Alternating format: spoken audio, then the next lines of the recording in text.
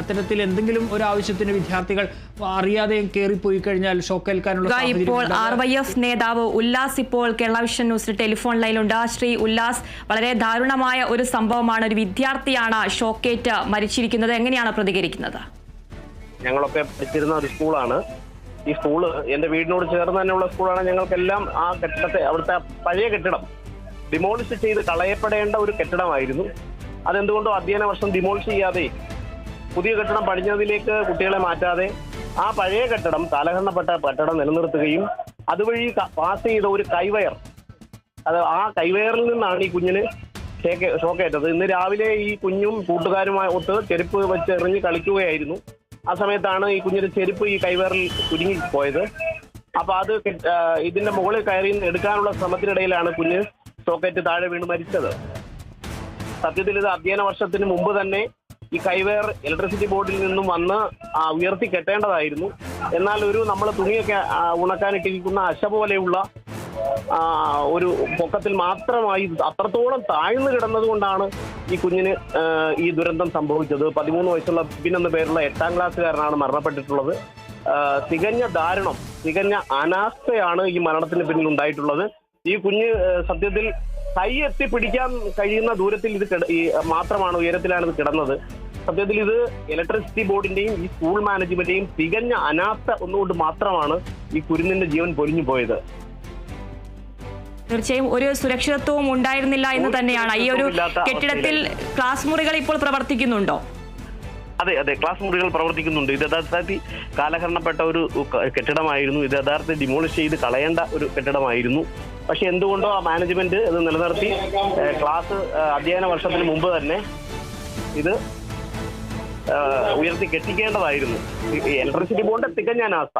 സത്യത്തിൽ കഴിഞ്ഞ പ്രിൻസിപ്പളിന്റെ സമയത്ത് ഈ കൈവയർ ഉയർത്തി കെട്ടണമെന്ന അപേക്ഷ സ്കൂൾ മാനേജ്മെന്റ് കൊടുത്തിട്ടുള്ളതായിരുന്നു. എന്തുകൊണ്ടോ അത് സമയബന്ധിതമായി ചെയ്യാൻ അവർക്ക് കഴിഞ്ഞില്ല. എന്നാൽ ഈ സ്കൂൾ അധ്യയന വർഷം ആരംഭത്തിന് മുമ്പ് തന്നെ ഈ മാനേജ്മെന്റും ഇതിന്റെ അധികാരികളും ഇലക്ട്രിസിറ്റി ബോർഡിനെ സമീപിച്ചത് ഉയർത്തി കെട്ടിക്കേണ്ടതായിരുന്നു. അത് ഉണ്ടായില്ല. സ്കൂൾ മാനേജ്മെന്റിന്റെ ഭാഗത്തു നിന്നും ഇലക്ട്രിസിറ്റി ബോർഡിന്റെ ഭാഗത്തു നിന്നും ഗുരുതരമായ അനാസ്ഥയാണ് ഉണ്ടായിട്ടുള്ളത്. തീർച്ചയായും നിരവധി വിദ്യാർത്ഥികൾ പഠിക്കുന്ന ഒരു സ്കൂളാണ്. ജില്ലയിലെ തന്നെ അറിയപ്പെടുന്ന നിരവധിയായിട്ടുള്ള വിദ്യാർത്ഥികൾ പഠിക്കുന്ന ഒരു മികച്ച സ്കൂളാണ്. തീർച്ചയായിട്ടും ഈ ഒരു സംഭവത്തിൽ സ്കൂൾ അധികൃതരുടെ ഭാഗത്തു നിന്ന്, അതുപോലെ തന്നെ KSEB അധികൃതരുടെ ഭാഗത്തു നിന്ന് എന്തെങ്കിലും പ്രതികരണങ്ങൾ ലഭിക്കുന്നുണ്ടോ? സ്കൂൾ അധികൃതരുടെ ഭാഗത്തു നിന്ന് ഉണ്ടായിട്ടുള്ളത്, സ്കൂൾ മാനേജ്മെന്റ് ഇത് അപേക്ഷ കൊടുത്തിരുന്നു. കഴിഞ്ഞ പ്രിൻസിപ്പലിന്റെ കാലത്തായിരുന്നു ഇത് കൊടുത്തിരുന്നതാണ് അവർ അവകാശപ്പെടുന്നത്. പക്ഷേ ഈ അധ്യയന വർഷം ആരംഭത്തിന് മുമ്പ് തന്നെ ഇവരിത് കൊടുക്കേണ്ടതായിരുന്നു, ഇവർക്ക് കെട്ടിക്കേണ്ടതായിരുന്നു. അങ്ങനെ ആയിരുന്നുവെങ്കിൽ ഇവർക്ക് ഈ ഒരു കുരുന്നിന്റെ ജീവൻ സംരക്ഷിക്കാമായിരുന്നു. കൃത്യമായിട്ട് എപ്പോഴാണ് ഈ അപകടം സംഭവിക്കുന്നത്? എങ്ങനെയാണ് അപ്പോൾ മഴയൊക്കെ ഉണ്ടായിരുന്നോ? അത് സംബന്ധിച്ചുള്ള കൂടുതൽ വിവരങ്ങൾ നൽകാമോ ഉല്ലാസ്? ഉണ്ടായിരുന്നു, ചാറ്റൽ മഴ ഇന്ന് രാവിലെ നല്ലതുപോലെ ഉണ്ടായിരുന്നു. പക്ഷേ ആ മഴ സമയത്തും ഈ കുട്ടികൾ കളിക്കുകയായിരുന്നു. ക്ലാസ് തുടങ്ങുന്നതിന് മുമ്പ് കളിക്കുകയായിരുന്നു. അങ്ങനെ ചെരുപ്പുകൾ എറിഞ്ഞ് കളിച്ച കൂട്ടത്തിലാണ് ചെരുപ്പ് കൈവേറിൽ അത്രത്തോളം താഴ്ന്നു കിടന്നിട്ടാണല്ലോ കൈവേറിൽ ചെരുപ്പ് ഉരുങ്ങിയ അവസ്ഥ ഉണ്ടായത്. ഇപ്പോൾ കുട്ടിയുടെ മൃതദേഹം ആശുപത്രിയിലാണോ? ഇനിയുള്ള നടപടിക്രമങ്ങളൊക്കെ എങ്ങനെയാണ്? ഞങ്ങൾ എല്ലാവരും ഇപ്പോൾ ആശുപത്രിയിലാണ്. ശാസ്താംകോട്ട താലൂക്ക് ആശുപത്രിയിലാണ് ബോഡിയുള്ളത്. പ്രദേശത്ത് ഇപ്പോൾ നാട്ടുകാരുടെ വ്യാപകമായിട്ടുള്ള പ്രതിഷേധങ്ങളൊക്കെ നിലനിൽക്കുന്ന ഒരു സാഹചര്യമുണ്ടോ?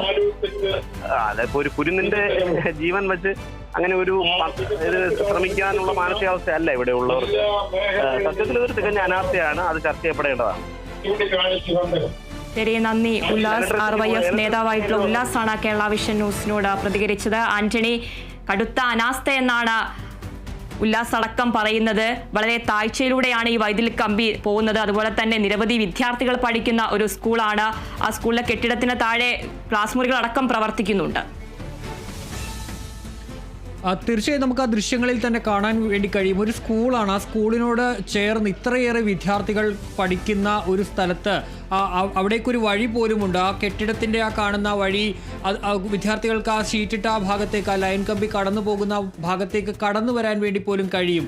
അത്തരം ഒരു സ്ഥലത്ത് ഇത്രയും വലിയ ഒരു ശ്രദ്ധക്കുറവ്, അനാസ്ഥ എന്നുള്ളത് തന്നെ പറയാൻ കഴിയും. സ്കൂൾ മാനേജ്മെന്റ് അത് ശ്രദ്ധിച്ചില്ല.